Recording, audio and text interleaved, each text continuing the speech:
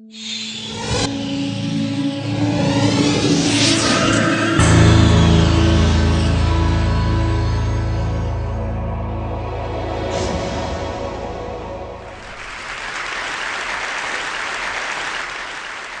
Gore spoke at the TED conference I spoke at 4 years ago and talked about the climate crisis, and I referenced that at the end of my last talk. So I want to pick up from there, because I only had 18 minutes, frankly. And so as I was saying,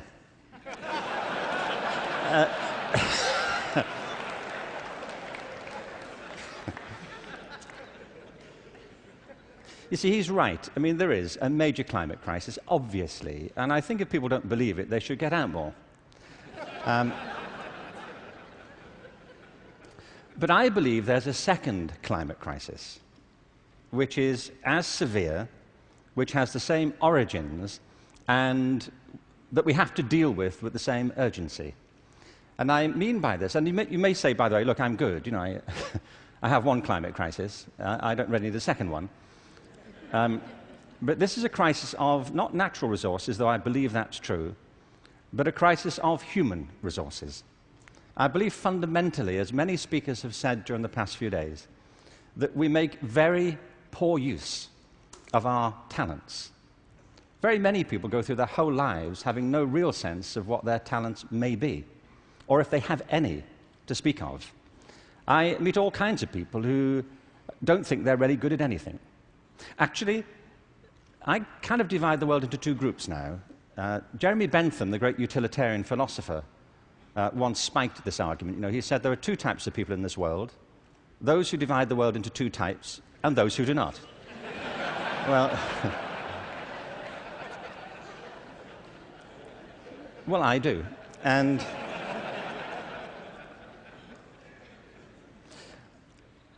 I meet all kinds of people who don't enjoy what they do. They simply go through their lives getting on with it. They get no great pleasure from what they do. They endure it rather than enjoy it and wait for the weekend. But I also meet people who love what they do and couldn't imagine doing anything else. If you said to them, don't do this anymore, they'd wonder what you were talking about. Because it isn't what they do, it's who they are. They say, but this is me.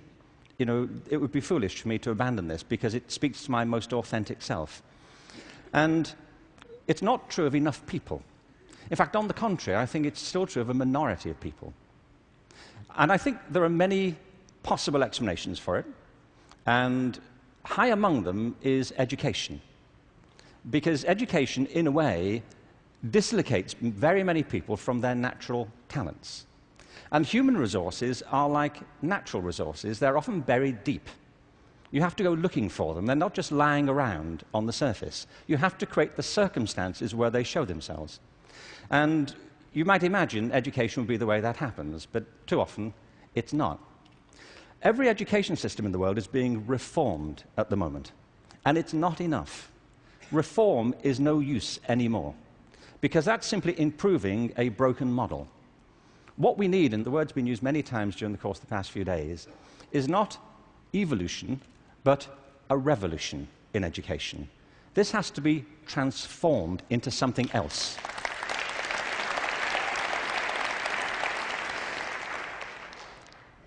One of the real challenges is to innovate fundamentally in education. Innovation is hard because it means doing something that people don't find very easy for the most part. It means challenging what we take for granted, things that we think are obvious. The great problem for reform or transformation is the tyranny of common sense. Things that people think, well, they can't be done any other way because that's the way it's done. I came across a great quote recently from Abraham Lincoln, who I thought you'd be pleased to have quoted at this point. He said this in December 1862 to the second annual meeting of Congress. I ought to explain that I have no idea what was happening at the time. We don't teach American history in Britain. We suppress it. You know, this is our policy, so... So no doubt something fascinating was happening in December 1862, which the Americans among us will be aware of. But But he said this: the dogmas of the quiet past are inadequate to the stormy present. The occasion is piled high with difficulty, and we must rise with the occasion. I love that. Not rise to it, rise with it. As our case is new, so we must think anew and act anew. We must disenthrall ourselves, and then we shall save our country. I love that word, disenthrall. You know what he means? That there are ideas that all of us are enthralled to, which we simply take for granted as the natural order of things, the way things are. And many of our ideas have been formed not to meet the circumstances of this century, but to cope with the circumstances of previous centuries. But our minds are still hypnotized by them, and we have to disenthrall ourselves of some of them. Now, doing this is easier said than done. It's very hard to know, by the way, what it is you take for granted. And the reason is that you take it for granted.